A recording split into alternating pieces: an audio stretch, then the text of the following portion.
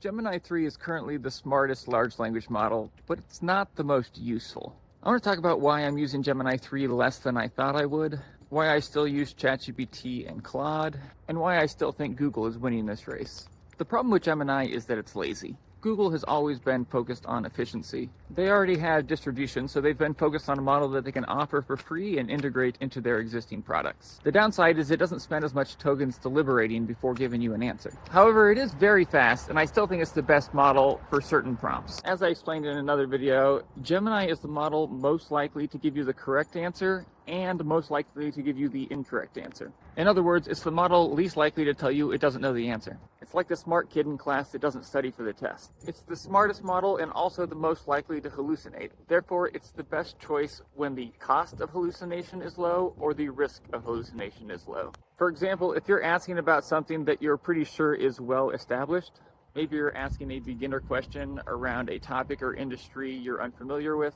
Gemini can be great for that because the risk of hallucination is low. Or maybe you just need help brainstorming a list of ideas where there is no official right or wrong answer. Gemini is great for that because the cost of hallucination is low. Drafting simple documents that you'll review yourself, building simple tools that you can easily test. These are all things we commonly still use Gemini for.